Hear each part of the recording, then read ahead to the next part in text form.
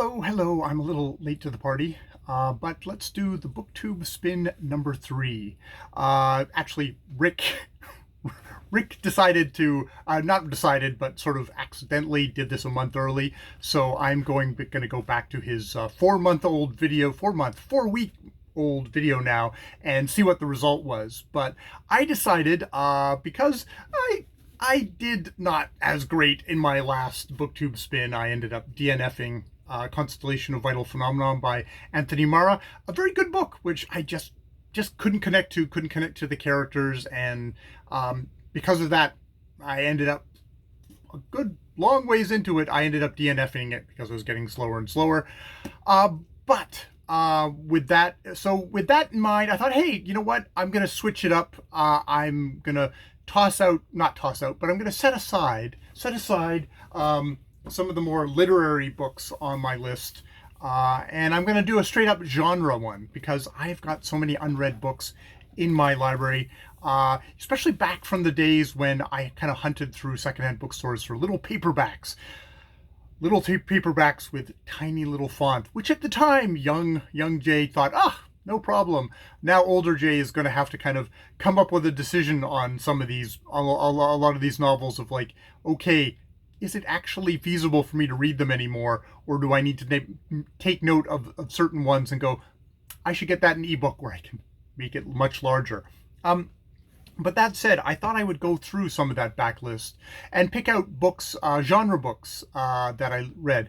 They're probably mostly science fiction and fantasy. However, there's some that are mystery or sea adventures and stuff like that. And I figured, okay, let's make a pile of that. That should be fun, and I can show off 20 books from my library that I haven't gotten to after all this time. So with that said, let me just quickly rattle through the list. I've already written down the order and the number, so I've got that in my head. I've got that written down in stone. So number 1, Elmore Leonard, The Moonshine War.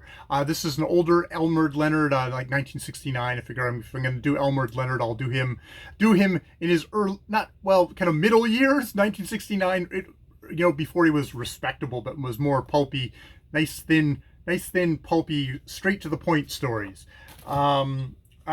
Kenneth Lee, a fantasy science fiction author from who just passed away not too many years ago. One of these kind of biggies, female biggies in the field that you just don't hear that much about. Whose work has been pretty consistent. So yes, The Silver Medal Lover by her. I'm going to try and do these for a little bit quicker. The 57th Kafka by Rudy Rucker. Interestingly, sometimes sleazy. I don't know, sleazy, kind of very Californian to my mind. I don't know if he's actually from California, but kind of author. Maybe this book will follow that trajectory. James Morrow, Only Begotten Daughter. He has a lot of his fiction, his fantasy, science fiction definitely has a very kind of a biblical feel to it. So yeah, he's an interesting one. A little bit of Diane Wynne Jones, who YA author, actually skewing kind of on the younger side of things. Some of her works, maybe unfortunately for a British author of a certain generation, has a tendency to be a lot of kind of fat shaming in it and stuff like that, but still like really a foundational author. Stuff like Howl's Moving Castle and stuff like that is like, is really what she's well known for. And it's a really her Durkheim novels I just really enjoyed. So yeah, I'm gonna have to put her on the list. A little bit of Robert E. Howard, The Sword Woman. Just one of these, it's a tiny little like kind of I think it's a novella, not just a bunch of short stories. It's a little novella of Conan work with one of these awesomely kind of inept covers. You gotta love that. We got the Robot Who Looked Like Me, Robert Sheckley. I think this is a collection of Sheckley's short stories. Short story authors in science fiction were a big part of the early days of science fiction, but sadly, most of them, if they haven't left behind the big novel, kind of get forgotten. So yeah, Robert Sheckley. The Kindly Ones, Melissa Scott. This isn't The Kindly Ones, the one that's following a mass murder in World War II. No, this is a different The Kindly Ones. by Melissa Scott. I think that's a science fiction kind of post-apocalyptic. Yeah, science fiction-y one. John Sladek, Keep the Giraffe Burning. Very fun, humorous, kind of very odd writer. The Mueller Folker effect I've enjoyed by him. He and Sladek. He's probably a little bit more on the lit side of things. Theodore Sturgeon, another one of these big kind of short story writers. He seems to have had like high periods and low periods. I don't know where this falls. This collection of short stories of his, science fiction, I assume most fantastical worlds dreamed up. So maybe it's also fantasy, but with wonderfully psychedelic covers, which, you know, obviously drew my eye when I was going through the things. Michael Shea, Niftaline, which I picked up mostly for personal, very autobiographical reasons, but just sort of one of these kind of another sword and sorcery guy who's probably forgotten, maybe for a good reason. I'll have to take a look and see. Somebody not definitely forgotten, The Truth by Terry Pratchett, one of his Discworld novels. This would be a reread, but it would be an extremely fun one. I remember enjoying this one. It's a newspaper novel, but set in the fantasy world that he has created on Discworld. Lucius Shepard, Life During Wartime, kind of fantasy Vietnam novel. I've had this and a couple of his other books for a long time, but I've never cracked them open. So I figured, oh, what the heck, I'd put that on the list. One that The Mermaid of Black Conch by Monique Roffey, because when I did my mail haul, I actually failed to mention her name right off the bat, which is just like, oh. But definitely a book I want to get to. And hey, if it came up on a spin, that would be awesome. We've got Gene Wolfe, The Island of Dr. Death and Other Stories, which is actually a carryover from my other pile. Yes, it's called The Island of Dr. Death and Other Stories is one story, and then there are other stories in there by Gene Wolfe, who is a very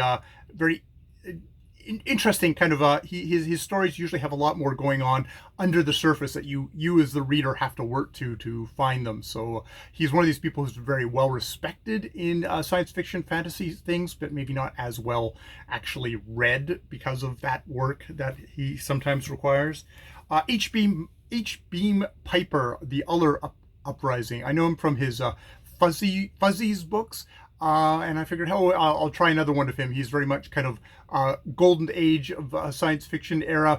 Was not a success. Had a tragic ending. Was one of these kind of definitely starving guys in a field where you're writing for the money. So yeah, I thought I'd give him another try. Tad Williams, which I brought over from the other thing, big honkin' fat fantasy novel. If I start this one, would I continue on with the series, or would I go, I've read the first one, well, I don't need to read any more? We'll find out. The Master of Ballantrae by Robert Louis Stevenson.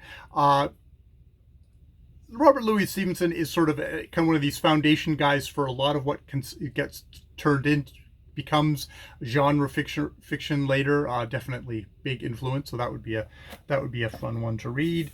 A little bit of Patrick O'Brien apparently for $150. I picked this up. One of his Master and Commander, not Master. Well, they're called the Aubrey Matron Adventures, and this is number 2 in the series. I read the first one and I really enjoyed that, so I figured at some point I will get onto the second one. And since I have it here, I think this is number 2. God, I hope this is number 2. Well, even if it isn't, I'll read it because supposedly you should be able to drop into any novel like this and just, enjoy the story. And finally, one from a little while ago when I actually got to go to a physical bookstore is Monkey King by Wu Chen, translated by Julia Lovell, which is one of these classics of Chinese literature, where it's definitely got that fantastical element to it, but obviously it's one of these big foundation works of Chinese literature at the same time. So yes, that is my list of 20, counting down from 20 to 1. So that in between there that we've got Oh, see if I can get my phone to turn back on, or my other phone. See, I've got this, my new phone, and then I've got my old phone where I can just kind of, I can use this as a notepad now. Yeah, so starting off with the Monkey King and going all the way to the Moonshine War by Elmer Leonard as my picks for the Booktube spin. So this is video number 1.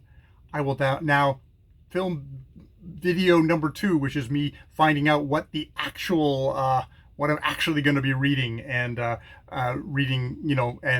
finding out what the big surprise is, because Rick's video says something about there's a surprise, and you have to watch to the end after the spin. So maybe I'll watch the spin, react to that, and then find out what the surprise is. Maybe the surprise was, oops, I did it early. I guess we'll find out.